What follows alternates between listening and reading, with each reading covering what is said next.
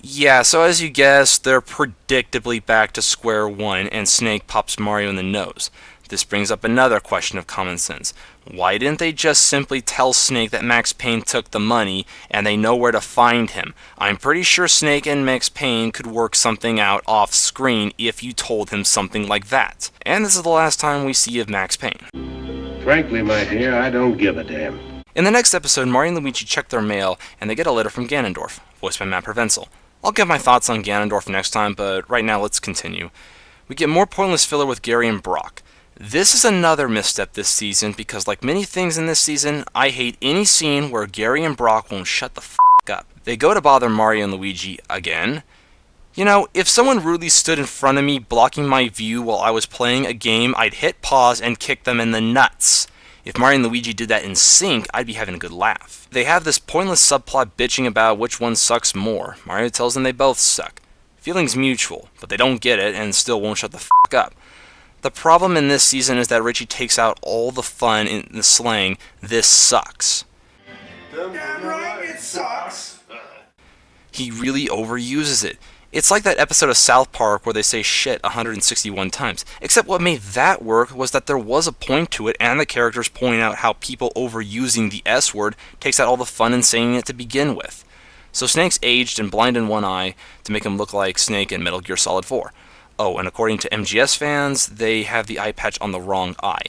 So Snake talks to Wario about the event in Operation Blindstorm in which they lost their powers. Snake feels suspicious about how easy it was to destroy such a thing, and that there was no protection, and begins to think it was a ploy or something. I'm not gonna tell you what the teenagers do. But then we get another poorly done fart joke from Wario. Okay, seriously, Richie, if you're gonna use a fart joke, use an actual fart sound effect, not something that sounds like a kid makes when he's trying to be funny. Hell, using the sound of a whoopee cushion would have worked better. Anyway, Ness tells Gary and Brock that the only person who can settle this filler, and I'm using that term loosely, mind you, is Professor Oak. So they take a long walk to Professor Oak's. And here I thought this would be their last appearance in SMB altogether, but sadly no. God help me. Mario and Luigi notice that they've been seeing ninjas recently, also Wario feels bummed out. Waluigi doesn't know what to make of it, but we soon learn that Waluigi still has his powers. This will serve as a plot point later on. Anyway, we're at the halfway mark and we now come to this season's J&K episode.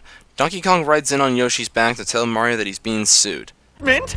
Yeah, makes sense. All the songs we sing are parodies of other songs. Yeah, I call bullcrap on that because there is such a thing as the Fair Use Act of 1976, which allows for parodies such as this show.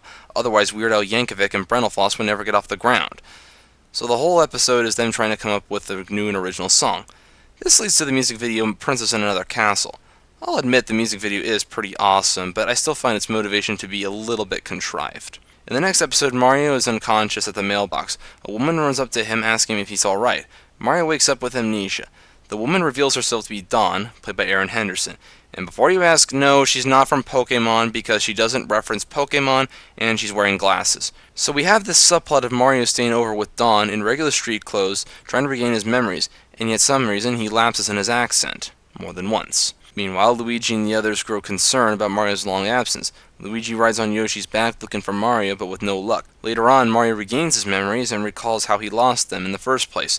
When he went to check his mail, he was ambushed by the trifecta, consisting of Liquid Snake, Ken from Street Fighter, played by Eric Porter, and Blair Veerstorm, played by Matt Howlett. They beat the crap out of Mario, and yet there's no blood or bruises, but I could believe that he got his ass kicked. That's just about all he's good for now. Mario leaves Dawn and returns home. He finally understands that they need to have their powers back and need to think of a solution. Wario discovers that Waluigi still has his powers since he wasn't in the cave when they destroyed the beacon. Wario recalls what Merlin told him off screen back in Operation Blindstorm. The explanation would blow your mind! Plus, I don't have that much time left. Seems like a cop-out, but continue.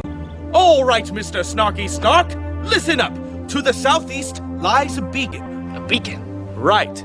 You must stop it from being destroyed. Why? I cannot say why. Please do not ask questions. Fine.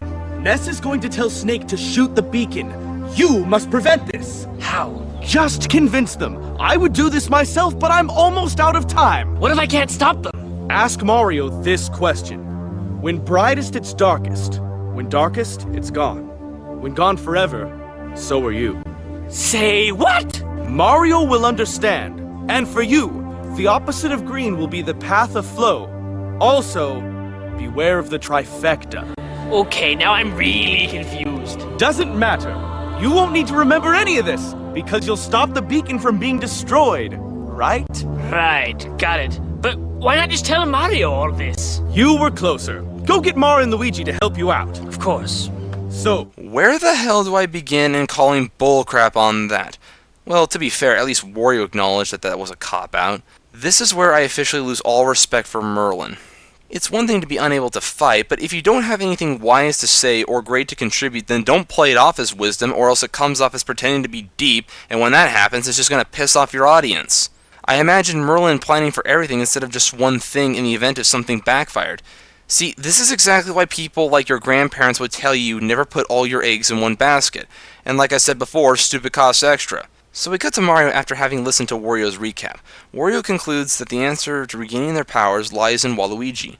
I can't fight those guys alone. I will need to do the transfer. Hold on, did Waluigi even try fighting the trifecta on his own before coming to that conclusion of transferring his powers to Mario and the others? There's no scene and no implication of that, so how does he know that? Personally, I think Waluigi should have taken on the trifecta on his own. That would have been awesome. Based on his fighting prowess throughout the show, he could have either taken them all down, or he could have at least put up a good fight against them. Why didn't they just get together and think of a strategy? Waluigi would be like, okay, so I'm the only one with powers in this room, but we have strength in numbers and we can use our wits. I will lure the trifecta and face them in the field. When that happens, Snake will shoot Liquid Snake with a grenade launcher like in Smash Bros. Brawl. Mario and Luigi will lure the ninjas into a deadfall I dug 1 mile away from here. Yoshi, Donkey Kong, and Ness will cut off Blair's possible retreat once Liquid is taken out. Ryu will no doubt show up to fight Ken, and Wario, you'll be my wingman. I have full confidence in your courage, devotion to duty, and skill in battle. We will accept nothing less than full victory.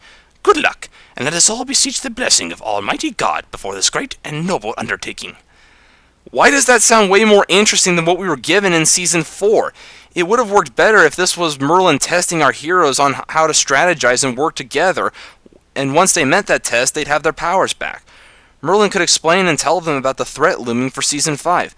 Now, I know Doug Orfino was limited by time because of his college semesters out of state and all, but if Richie didn't waste so much time with the filler this season, we could have at least had a scene like that during the shooting in December. Anyway, Waluigi transfers his powers to Ness, Luigi, Wario, and Mario. This feels so dull and boring, I don't even know where to begin. And as a result of that, Waluigi goes into a coma until his powers recharge. So much for the better idea. So they put him to bed. Wait. Why didn't they just admit him to a hospital? You're going to need a heart monitor, respirators, IVs, and tubes, and ways to keep the body nourished, etc., etc., etc. I mean, I'm no doctor, but seriously, someone should call 911 for God's sakes, and yet they treat it like it's nothing. Who was Mario's doctor again? Dr. Goody-Boom Bots? And so Gary and Brock arrive to see Professor Oak. Now, admittedly, it is cool to see Professor Oak again and all, but I'd argue way too late at this point for me to even give a damn. In the next episode, we're introduced to Ryu, played by Christian Arista. Ninjas come to confront him, and we come to another misstep. They blatantly mispronounced Ryu. Richie said that was part of the joke. Well, I'd say it was one hell of a bad joke if you ask me. Fortunately, in the next season, they rectify this, but I still say misstep. The quote-unquote ninjas challenge Ryu and use a bunch of Naruto mumbo-jumbo to fight him, and it doesn't do much. Also, I'm convinced that these aren't ninjas at all, because legit ninjas are assassins, and they fight with speed and stealth. Yeah, I know fictional, but really, it just gets irritating after a while. I was able to calculate from the power of your punch the amount of energy you were using. Your punch got weaker from beginning to end. I almost didn't notice. At that rate of energy levels being dropped, your jutsu will only last 10 minutes. After that, you'll have nothing. So much for your absolute defense. There's no use staying here anymore. Since when was Ryu an expert on the science of deduction? Did he read Sherlock Holmes or something? If so, that would have made for a good line. Anyway, we get introduced to another Naruto ninja, Zubashi, played by Richard Alvarez. Meanwhile, there are ninjas in the house acting like vermin, and Mario and Luigi don't even know what to make of it. Why don't they just kick their asses out of their house, get a rolled up newspaper, or use your lightsaber, I don't care how you do it, just do it. So Ryu comes in and deals with the ninjas. The ninjas in Samurai Shampoo were made to be a bigger threat, even if they didn't turn out to be. So Ryu trains Mario and the others in fighting ninjas. Okay, if this was on fighting actual ninjas that don't act like idiots, I could understand that, but it's not rocket science, damn it. Just shoot or knock out the bastards. Wario does an homage to Ice Age 3, and we're introduced to Mona, played by Aaron Henderson. They try to hit it off, and you gotta give them credit for that. So after a while, we get some training and more stupid lines. Actually, I'm intrigued. Sasuke seems like a really nice guy. If by nice guy you mean whiny little emo bitch who treats women like crap, thinks it's sadder to lose your family than to never know them at all to begin with, and turns to evil for the stupidest reasons, and being one of the worst role models ever, then yes. Could someone check Ness's head, please? I think he's not right in the head anymore. Just joking. Bleach isn't even about ninjas. I knew that. Actually, Bleach does have ninjas, and they're more authentic than the Naruto ones.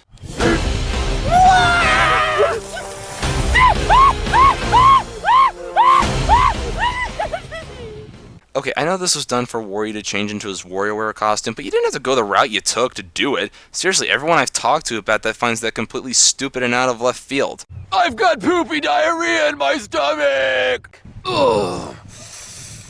It's okay. I thought it through this time. I'm wearing Depends adult diapers. You know, there's a theory I go by. Bathroom humor and Solid Snake don't mix. Snake, you're a badass soldier. Show some dignity for God's sakes. I now declare this second dumbest line in Stupid Mario Brothers ever. So blah blah blah, Ryu teaches them, blah blah blah, Gary and Brock bitch some more, blah blah blah, Liquid debates with Blair on taking immediate action. So our heroes stand in a circle ready for a fight. Zubashi and a small number of ninjas arrive to confront our heroes. Snake grows fed up and goes off to confront Liquid Snake by himself. Why didn't he just shoot the ninjas right then and there so they could move on to taking out the trifecta as a team? You could argue that he wanted to conserve his ammunition, but isn't that why you bring at least a couple extra magazines for your gun just in case? Plus Snake does reveal that he has a spare gun, so what the hell? To make things dumber, Mario goes off to confront Blair, while Ryu goes off to confront Ken. This makes no sense at all. Anyway, that stupid subplot with Gary and Brock finally ends, or so I think, with Professor Oak declaring that they both suck for being suckers for punishment. Yeah, I totally saw that coming a mile away. And as usual, these two can't shut the f*** up. So Luigi and the others fight the ninjas. Okay, I'm just gonna go ahead and say it. The ninjas are pathetic. They have frequently gotten their asses kicked, not to mention by a kid without even using his psychic powers. Hell, even Yoshi and Donkey Kong can do it no sweat. Zubashi just sits there waiting for the last one standing. Ultimately, he gets knocked out by Luigi, of all people. Ryu and Ken have their fight. Snake ultimately kills Liquid again in almost the same spot, and has another dumb line. Boring. Ryu knocks out Ken with a classic Hadouken. Okay, to be fair, that was pretty awesome. Ryu lets Ken go to fight him another day. Mario fights Blair, and it's very boring to say the least. All Blair does is just deflecting Mario's fireballs and headbutts him, and basically twists his arm a little bit. My god, this is basically like a cut and paste of his fight with Noxtesius and Wario. Blair acts like he's won when suddenly... Oh, you've Got to be fucking kidding me! Oh my god, Darkness, you look like a whore customized by the Eurythmics. So to my utter irritation, Richie revived Darkness for a second time and made him less credible than he was in Act 2. Mario runs off like a pussy and Darkness kills Blair with ease. This is yet another misstep this season. So the season ends with Darkness telling Mario how he was revived in such a contrived and convoluted way. No matter how I analyze this, I see nothing but more plot holes. Richie botched up Super Mario Bros. Twice and in the same way of all things. He botched Act 2 by reviving Darkness with that last minute inclusion of Part 6, and he did it again in Season 4. Basically, he and Blair set up the beak and controlled Ness to lure them to destroy it so their powers would go to Darkness, and then he needed them to regain their powers by having the trifecta beat the crap out of them so they could get motivated to get their powers back. Now here's the problem.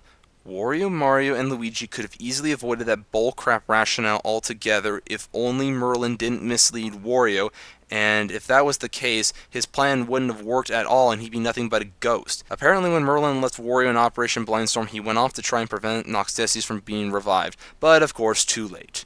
You are no match for me. He has made me stronger than I ever could have been before. Why? For what purpose? He needs me to destroy the darkness. Say what? He knows that the darkness won't join him, so he resurrected me for the very purpose of getting rid of him once and for all. So my prediction about the darkness being connected to the beacon was correct. But if it's destroyed, then he'll be back. It's going to be destroyed, they will lose all their powers, and the ninjas will kill them.